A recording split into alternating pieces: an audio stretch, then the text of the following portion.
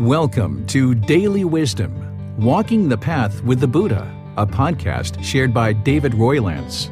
This podcast is dedicated to guiding you to completely eliminate the discontent mind and the suffering it causes by attaining enlightenment. Learn and practice the teachings of Gotama Buddha that will guide you to fully attain a peaceful, calm, serene, and content mind with joy.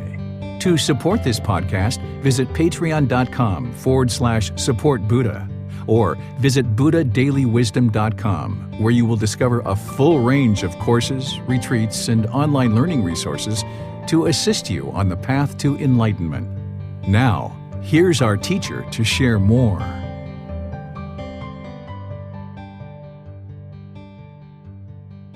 Sawadee Kap. Hello and welcome to Daily Wisdom, Walking the Path with the Buddha. I'd like to welcome you to our fourth class in our four-part series where we are learning Buddhist chanting.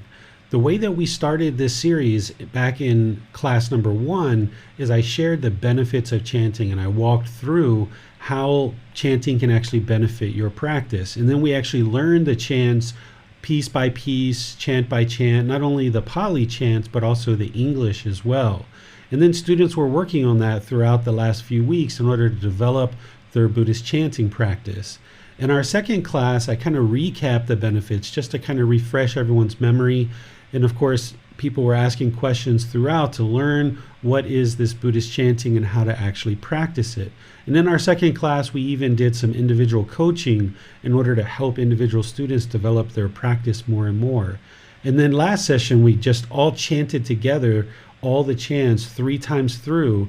Then we did some meditation and then did some chanting at the end of our meditation and took any questions that you guys had related to chanting or anything else along this path, including meditation or the Eightfold Path, the 5 precepts, or any of the topics that we've been discussing as part of the path to enlightenment. So our class today, this fourth class, is going to be very similar to our last class, where we're going to go through and do the chants 3 times. And on that third time, we'll just move right into meditation and actually do breathing mindfulness meditation together, and then come out of the meditation with some chants again, using those same 3 chants, kind of making it part of our normal practice. So I'd like to welcome all of you for this fourth class of our 4-part series and let you know that we're going to be doing some chanting, some meditating, some more chanting, and then open things up for any questions that you guys might have. So let's go ahead and move into the actual chants and do these together as a group. Remember, we've got the triple gem or the triple jewel. Then there's the Namo Tassa and then the Iti Piso, these 3 individual chants. And what I'll do is just kind of lead you guys through chanting this together as a group, one by one, but we're going to do all 3 as one series. And then we'll just kind of take a little breather, maybe massage our vocal cords a little sip of water, and then we'll go through again. And then on the third one, we'll actually go into meditation. So let's go ahead and start with this first one, and then we'll just move right into the other 2. This is the triple gem. So remember, just bring your hands together, palm to palm at your sternum. Take a nice deep breath. Arahang Samma Sambuddho Mahakava Bhutang Mahakavanang Apivateyami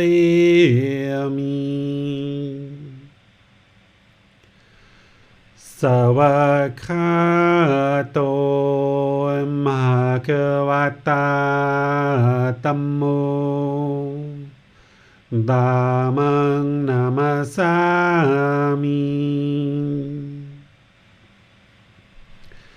Supatipano Mahakavato Savaka Sangho Sanghang Namami Namo Tassa Bhagavato Arahato Samma Sambuddhassa นะโมตัสสะภะคะวะโตอะระหะโตสัมมาสัมพุทธัสสะนะโมตัสสะภะคะวะโตอะระหะโตสัมมาสัมพุทธัสสะอิติปิโสมหะคะวะอะระหังสัมมาสัมพุทโธวิจาจารณังสัมโมโนสัคขะโตโรกาวิโตอนุเตโรปุริสาดามาสติสตาตวามนุสนังพุทโธภควาติ Okay, so that was the first time through. And remember that these chants, they don't have any mystical or magical powers. What we're doing here is we're building awareness of mind, awareness of breath, we're gaining concentration. We're helping to ease the mind into meditation by doing some chanting and creating kind of like a little buffer between when you might come in from outside or anything else you're doing around your day. As you move into meditation, rather than just plop down and start to meditate, you have this practice that kind of ease the mind into meditation and ease it out of meditation. All right, so let's go through a second time. Same thing. Take a nice deep breath. Arahang Samma Sambuddho Bhagava Bhutang Bhagavanang Apivateyami Savakhato Bhagavata Dhammo Dhammang Namasami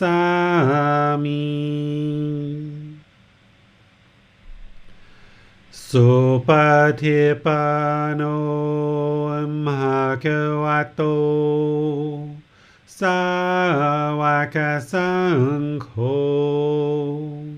Sanghang Namami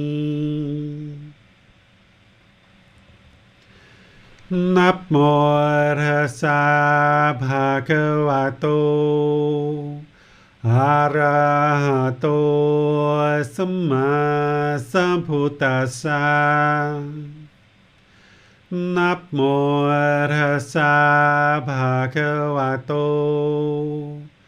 Arahato Samma Sambuddhassa Namo Tassa Bhagavato Arahato Samma Sambuddhassa Iti piso bhagava Arahang Samma Sambuddho Vicacaranang samhono Sakhato rokavito Anutero purisa Dhammasati satatawa manusanang Bhutto Bhagavati. All right, that was our second time through. This time, after the chants, we're just going to move right into meditation. So, as part of your meditation, remember that you would like to be in a nice position. You would like to have the lower body and hands and arms resting comfortably once you go into meditation. And the upper body should be nice and erect, where this helps to keep the mind attentive and alert when the muscles in the upper body are nice and erect. When we go into meditation after chanting, you're just going to breathe in through the nose and out through the nose. Just a nice, steady, consistent breath, gradually going in and gradually going out. With the eyes closed, you just focus on the breath. Anytime the mind is off the breath, you cut that off, let it go, and come back to the breath. And then when you notice the mind's off the breath again, you just cut that off, let it go, and come back to the breath. And you just keep doing this all the way through the meditation, where just stay focused on the breath, and wherever you notice that the mind is not on the breath, just cut that off, let it go, and come back to the breath. Here you're training the mind to arise mindfulness, to arise concentration, but also training the mind to eliminate craving, desire, attachment, where the mind wants to hold on and kind of long and have these thoughts. You train the mind to more easily let them go and come back to the breath. So during meditation, even when the mind's enlightened, there's going to be occasional times where the mind is off the breath, but you'll notice it really quick and you'll be able to let it go really easy and come back to the breath. So you get to that by gradually training the mind through all these meditation sessions to stay focused on the breath. When you're aware it's not there, cut it off, let it go, and come back to the breath. This is called breathing mindfulness meditation. So I'm not going to do any guidance when we go into meditation today. I'm just going to let you guys go in, do that work to train the mind, observing the breath, having that mindfulness, that concentration, and then cut off and let go of any thoughts or ideas or perceptions or the past or the future, anything the mind wants to arise in terms of thoughts. Even if they're wholesome thoughts or unwholesome thoughts, you still cut them off and let go during meditation. So let's go ahead and do our chant and then just ease right into meditation. Nice deep breath. Arahang Samma Sambuddho Bhagava Bhutang Bhagavantam Apivateyami Savakato Bhagavata Tammo Dhammang Namasami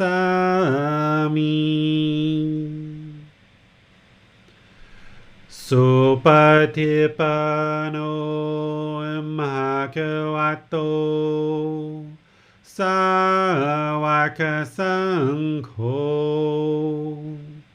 Sanghang Namami Namo Tassa Bhagavato Arahato Samma Sambuddhassa Namo Tassa Bhagavato Arahato Samma Sambuddhassa Namo Tassa Bhagavato Arahato Samma Sambuddhassa Iti piso Bhagava Arahang Samma Sambuddho Vicacaranang Samuno Sakhato Rogavito Anutero Purisa Dhammasati Satatawa Manusanang Bhutto Bhagavati.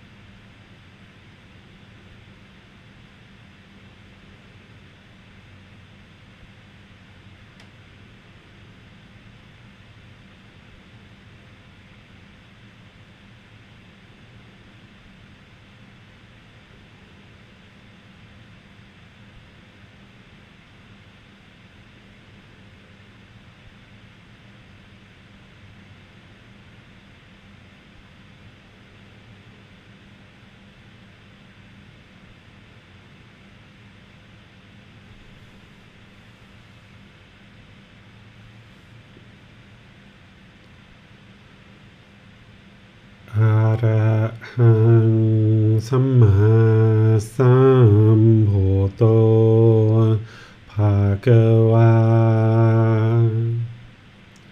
พุทธังภะคะวันตังอะภิวาเทมิ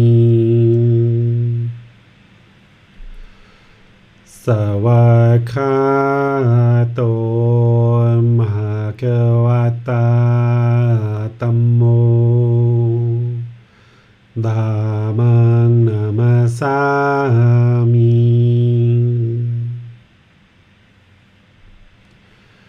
สุปฏิปันโนภะคะวะโตสาวกสังโฆสังฆังนามามินะโมตัสสะภะคะวะโตอะระหะโตสัมมาสัมพุทธัสสะนะโมตัสสะภะคะวะโต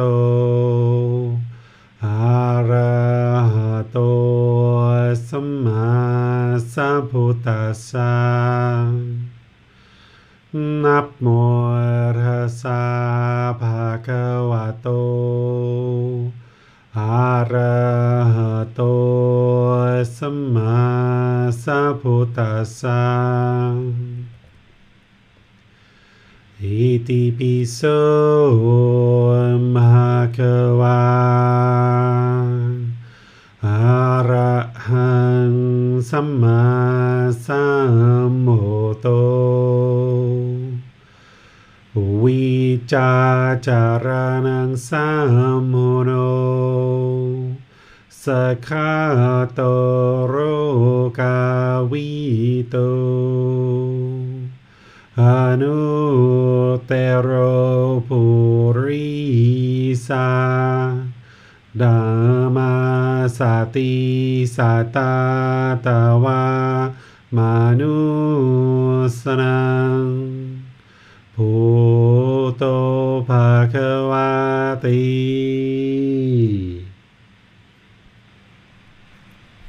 All right. If you guys would like to make your way out of meditation, we'll just go ahead and open things up to any questions that you guys have regarding chanting or meditation, anything along this path that we've been discussing, or anything that you've uncovered in your journey that you would like to talk about that you're not quite sure, you'd like to get some clarification on. All you need to do is put your question into Facebook, YouTube, or Zoom, and we'll be able to have the moderator ask your question during the class. Or in Zoom, you can electronically raise your hand and you'll be unmuted, or you can unmute yourself in order to ask any questions or follow-up questions directly. Let's begin with a question from Danny. Thanks, James. Teacher David, can I check at the end of meditation, how do you decide that it's time to end this session of meditation? I just stop whenever I feel like I'm ready to stop. With the class, when I'm teaching classes, I don't really go deep into meditation because I'm needing to be aware of the amount of time that we're meditating, because I realize that we're online and also people that are meditating might not necessarily be interested to do a full session the way that I would normally maybe do on my own. So in class, I usually try to go right around 15-20 minutes of meditation in class without timing it, without anything like that. I try to go kind of from the time that we end chanting until the time we start chanting again. I try to go about 15-20 minutes, and then with the chanting and guidance and everything like that, it ends up being about 25 to 30 minutes total from the time that I first take you guys into meditation. But when I meditate on my own, I just go into meditation and just go. I'm not thinking about other students who are meditating and making sure I don't go too long and making sure I don't go too short. So in my own practice, I'm just meditating. I just go into meditation, and then at some point I just decide, okay, this is enough. And during the meditation itself, I'm not thinking like, is it enough yet? Is it enough yet? Is it enough yet? I'm not thinking like that. I'm just going into meditation, letting go, just meditating. And then at some point, the mind will just say, okay, we're done here. And sometimes I look at the clock, it's 20, 30 minutes. Other times it's 40, 45 minutes that I've been meditating. Very rarely will I do kind of an hour of meditation. I can probably count maybe 10 or 20 times total over the course of having developed a meditation practice that I've ever meditated for an hour. So usually 30 minutes is really all you really need. And you'd like to get to the point where your mind's comfortable doing 30 minutes of meditation and it can just reside in meditation without thinking about the time, without worrying about it, without even any worries or any thoughts of concern about time whatsoever, and then just come out. And then if you looked at the start time when you started and you looked at the end time when you finished, you should try to be right around 30 minutes. It can be longer, it can be shorter, but right around that time is what you'll find is the most beneficial. I see. So it's more like a, should I say, a feeling that you say that, okay, it's about time, and you just come out of it. Yeah, I just know that it's a feeling and I come out of it. Sometimes it's when my legs fall asleep and I feel like, okay, my legs have fallen asleep, and if I keep going, it's just going to feel more and more pain. You know, I may have shifted my legs and moved those around. It might be just that, okay, I know I've been meditating for a really long time and I've gotten a lot of benefit out of it, and I know that I'm done. Right now, I've noticed in the last week or two that my meditations are going closer to 45 minutes and beyond, but there's other times where they're shorter. But yeah, it's just kind of an internal feeling that I just kind of know. And my legs used to not fall asleep. About 2.5 years ago, I had a motorbike accident, and since then, I've noticed that my legs tend to fall asleep. And for a long time, I actually used to just meditate with lots of cushions stacked up, and I was kind of almost in a seated position. When I was doing a lot of the meditation that I needed in order to get to where I am today, I was doing a lot of it with maybe 10 cushions stacked up, meditation cushions stacked up, like the flat ones. And I was in a seated position where I prefer to be on the floor. So now I just put 2 pillows under my rear. And with those, even sometimes my legs will fall asleep from this motorbike accident that I had. So sometimes it's, 20, 30 minutes, but I'll kind of shift them around. It's just an internal feeling that happens. There's no alarm that I set. For me, I don't have to be anywhere specific, right? Because I'm sharing these teachings. So when I wake up in the morning, I'm on my own schedule. I'm writing books, I'm helping students, answering questions, posting things in Facebook. So I can just go until the mind's like, okay, that's enough. But for someone who has a work schedule or something a little bit more anchored in their life, they may have to set a timer and kind of set it for 30 minutes or something. But where you can get to a point where you don't need a timer, maybe on a weekend or something, or in the evening times, it would be best to not use a timer and just kind of look for that internal feeling like, okay, this is enough, I'm done now. Thank you, teacher. You're welcome. Let's go to Manal now. Hi, Teacher David. How does one address saying the chants before meditation and after meditation if there's body fatigue, certain days you're not well rested, and you're attempting to sit for meditation, and then when you're chanting, the body's tired. So should one push through that sort of fatigue and just say the chants before and after meditation? You can, or you can decide not to, because remember, there's impermanence there. So there have definitely been times in the past where the mind or the body was fatigued. I had enough energy to do meditation, but not enough to do the chanting beforehand. So I would just go into meditation and get whatever benefit I could, and then just go to sleep, for example. After I was done meditating, I would finish and then just go to sleep. And there were also times where I might have done a chant going into meditation, did a really thorough meditation session, and by the end, the mind was just completely, utterly exhausted and tired from doing all that work in the meditation. And I just decided, okay, I'm not going to do the chant on the way out of meditation because I'm just so exhausted from the work that I had to do during meditation. But as you clear out the pollution in the mind, you won't have the fatigue going in and you won't have the fatigue coming out, no matter how much work you've done during the meditation, because all the work's been done.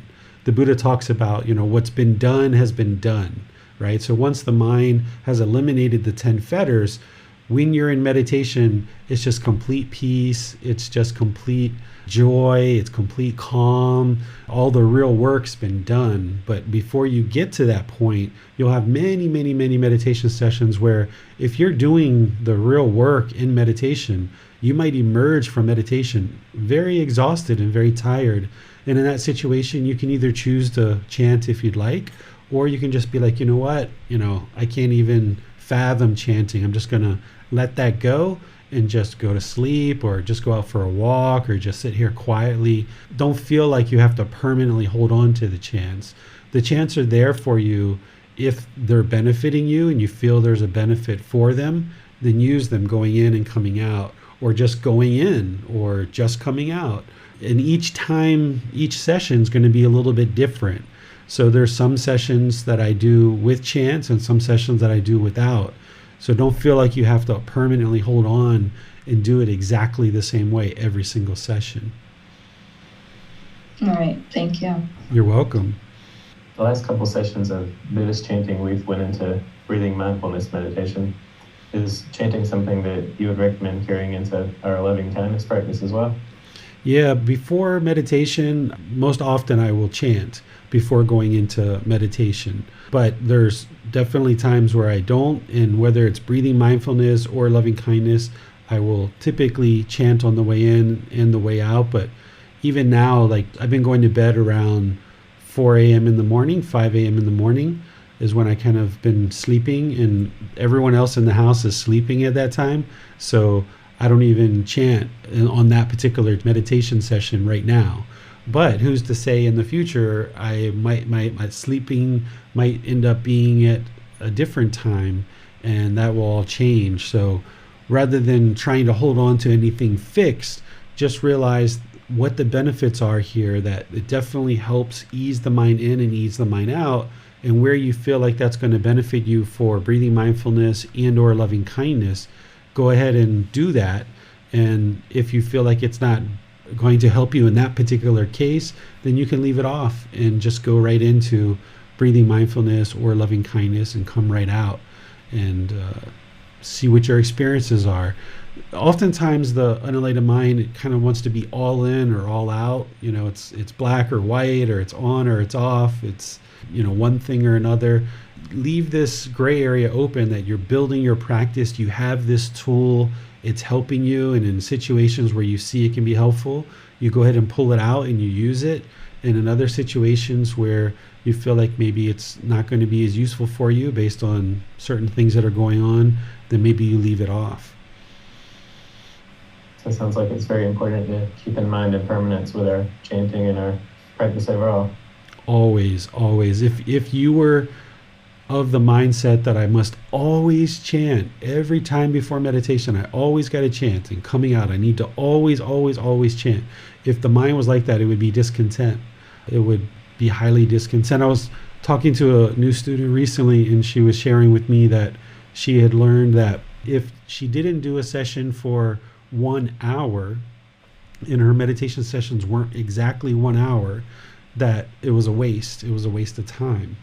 And I was like, oh, so if you did a meditation for 59 minutes, it would be a waste of time? And just because you didn't get to an hour? She was like, that's what she was taught.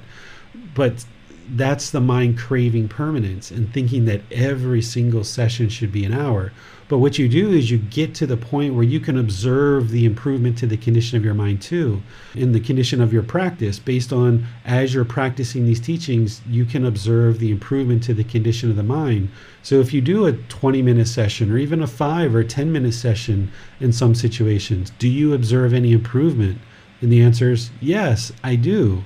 So therefore, that completely helps you to see that you don't have to meditate exactly an hour every single time to get benefit. And that's why I say the way that I do is that the most ideal, or what you'll notice the most benefits, is if you get to 30 minutes and beyond. But then I help people understand that meditation has to be built up just like every other part of your practice. Just like chanting, it needs to be gradually built up. And you might meditate for 5-10 minutes, and that's where you are right now. And there's absolutely benefit in that. So oftentimes the mind is looking for this fixed thing of, I've got to meditate an hour in order to get any benefit. 59 minutes is no good. 58 minutes is no good. 57 minutes is no good. And now the mind feels discontent because it's craving an hour so much that when you get to 58 or 59, you feel deflated. Or same thing with chanting. If you think that you've got to chant before and after every single meditation session, and you're holding on to that really tightly in situations where you're tired or you're just not able to chant, you're going to feel discontent because you're holding on and craving chanting so much. You're attached to it. So you build up your practice and you keep everything fluid and you work towards the direction of what the Buddha taught, but you realize that these things are impermanent. Even chanting, even meditating, the time and the length of your meditation, all of these things are impermanent. Do you think that the idea of perfection and craving perfection, do you think that can hold back our practice? For instance, if we feel that 30-minute meditation is where we receive the most benefit, but on a particular day we may only have 10 minutes, do you think that focusing on that 10 minutes and making the most of that, that's really what can best benefit our practice rather than being blinded by the potential of a 30-minute session? Right. If it's a matter of 10 minutes or nothing, you might as well take the 10 minutes. The way that I think about it is, if you think about it as meditation is scooping water and you're really, really, really thirsty. The mind is really, really, really thirsty. It's like, okay, you come upon this big trough of water. You haven't had a drink for a long time. You come across this big trough of water, and someone says, you can only scoop water if you scoop for 30 minutes. That's the only time it's going to benefit you, is if you scoop water for 30 minutes. Well, can I scoop for just 10 and get some benefit? Oh, okay, yeah, of course. Yeah, if you scoop water for 10 minutes, you're going to quench your thirst and you're going to get some benefit there. Not as much as if you did 30 minutes, but the 10 minutes is still helpful and beneficial. So scoop that water. You know, I've been in situations where I've started meditation 3 minutes, 5 minutes into it. My son comes and interrupts and says he needs me to take him somewhere. Even that 3 minutes I was sitting down, or that 5 minutes I was sitting there with the intention of meditating for a long session, and I was in meditation. Even after that 3 to 5 minutes, I opened my eyes and I felt, wow, this was actually beneficial. I noticed some benefit there. Now, when I came back from taking him, then I got a longer session in. But in that situation, if I was craving the 30 minutes and I was craving to do a long meditation session, when my son walks in and says, Dad, I need to go to school, can you take me? At that 3 to 5 minute mark, if I was craving 30 minutes, I would be discontent. The mind would be angry or frustrated or irritated or annoyed. But if you recognize impermanence, that every time you start a meditation session, you're not going to be able to get 30 minutes. Your intention is that, your goal is that, you work towards that. Your intention, your goal might be to chant in most of your meditation sessions. That's the goal you're working towards. But you should know, because of the universal truth of impermanence, that it's impossible for you to chant every single meditation session. It's impossible for you to get 30 minutes of meditation every single session. But there's nothing that says if you got a 5 or 10 minute session that wasn't beneficial. You think about meditation as this accumulative benefit, that you're accumulating time. And as you accumulate this time over multiple sessions, then it results in this outcome of an enlightened mind. It's the same thing as if you were doing an artwork and you had a blank canvas and you had 30 minutes and you walked into your easel, you mixed your paints, you started painting for 30 minutes and you're like, all right, that's enough. I'm going to walk away now and finish painting. Well, now the next day you come back and you're like, I'm going to paint for an hour. And you go in there and your intention is to paint for an hour, but 5 or 10 minutes into it, somebody comes in and interrupts you and you realize you need to go do something else. okay, let me just lay this down and go do something else. I need to go handle this other thing. That other thing is a higher priority right now than painting this picture. But through multiple sessions of painting this picture, you're accumulating the benefits of this beautiful picture that's being painted, and ultimately is going to be the result of this accumulated benefits of multiple sessions of painting. Meditation's the same way, that you might have the goal of 30 minutes or longer per session, but there's going to be sessions where you get less than that. There's going to be sessions where you get more than that, but it's all going to accumulate to the beneficial results of a more pure mind, a cleared out mind, where you're eliminating this pollution and you're arising wholesome qualities.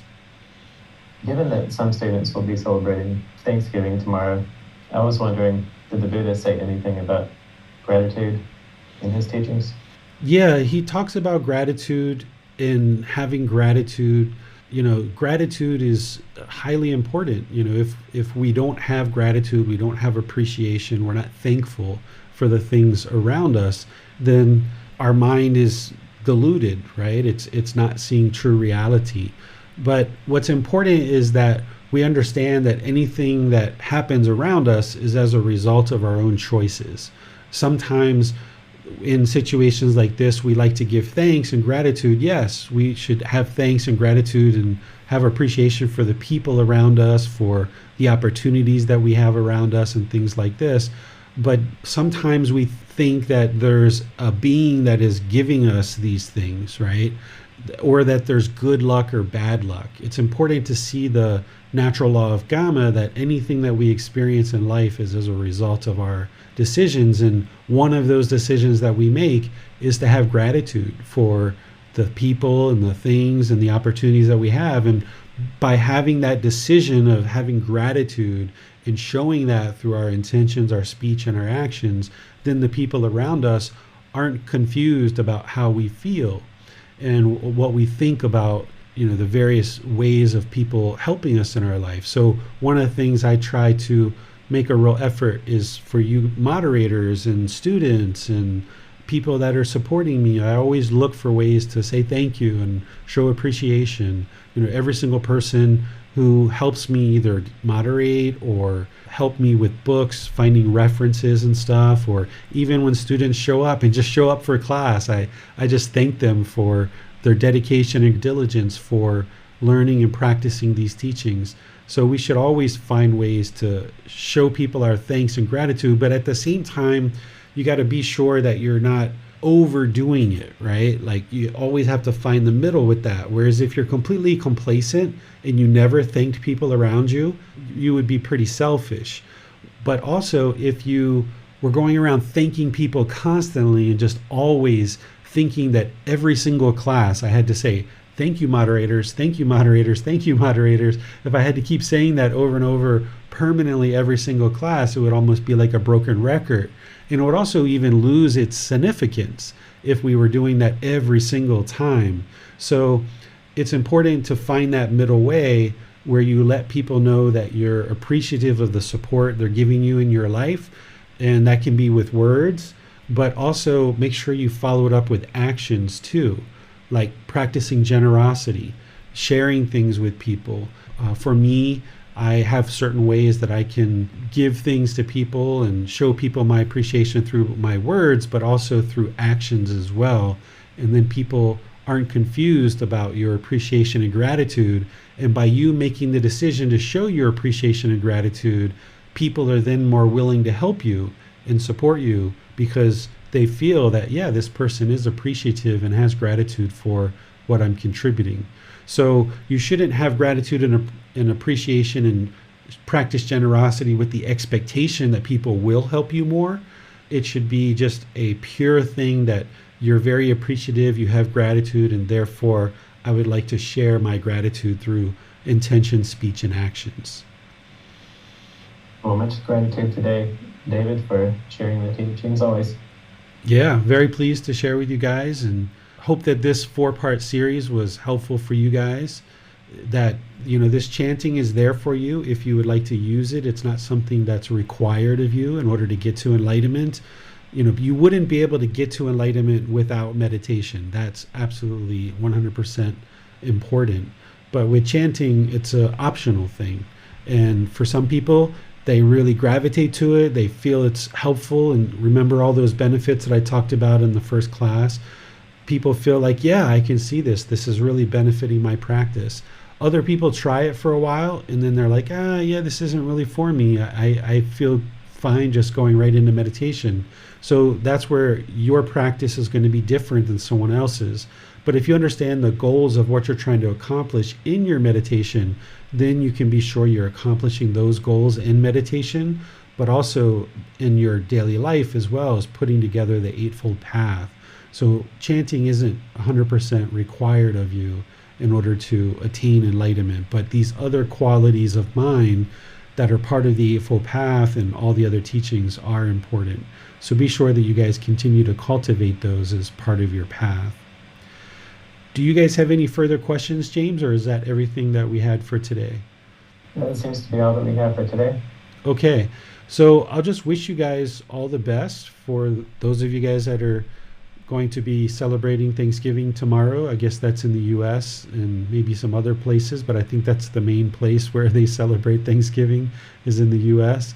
And be thankful, have gratitude for the Buddha, have gratitude for his teachings, respect for this community of people that come together, and we all make this community possible and available for each other, that we're all contributing in our own unique ways to be able to create this environment where we can all come and learn on Sundays, Wednesdays, and Saturdays in order to grow. And then all the other resources that are available, these are all being developed and cultivated by this community to be able to help anybody who chooses to step forward and decides to learn. They have the opportunity to do that through books, audiobooks, videos, podcasts, online classes, personal guidance, in-person classes, courses, and retreats. There's all these different options for people to learn. And this is all being created by all of us to be able to provide this community for ourselves to come into, but also anyone else is always welcome. We have completely open door for anybody and everyone to come and learn. So thank you all for contributing to what we do in order to offer these teachings to the world. I'm pleased to see that all of you guys are continuing to be committed and dedicated to learning. On this Sunday, we're in our group learning program, we're going to be discussing chapter 9, which is titled, What is Gama and How Does It Affect Me? So we're going to be going into this chapter and helping you to understand in detail what is the natural law of Gama and being able to see that very clearly, because the Buddhist teachings are really based on the natural law of Gama. It's a central focal point of his teachings. So understanding the natural law of Gama is very important to awakening the mind. When we talk about awakening the mind, it's awakening to this natural law of Gama, these natural laws of existence. So on Sunday, we'll be doing that. And then next week on Wednesday, we'll be doing a breathing mindfulness meditation session where we'll be coming together, guided into meditation, doing chanting as part of that, and then having any open questions as we normally do at the end for any questions that you guys have on anything that you're needing help with or guidance on in your practice. So thank you all for joining for today's class. We'll see you guys either on Sunday or Wednesday. Have a lovely rest of your day. Sawadee khap. Thank you for listening to this podcast. To provide support for this podcast, visit patreon.com/support Buddha. To access more teachings, visit buddhadailywisdom.com. There, you will discover a full range of courses, retreats, and online resources to assist you on the path to enlightenment. Remember to establish a daily, consistent meditation practice, along with learning and practicing these teachings. A well-developed meditation practice is the foundation in which to train the mind to attain enlightenment.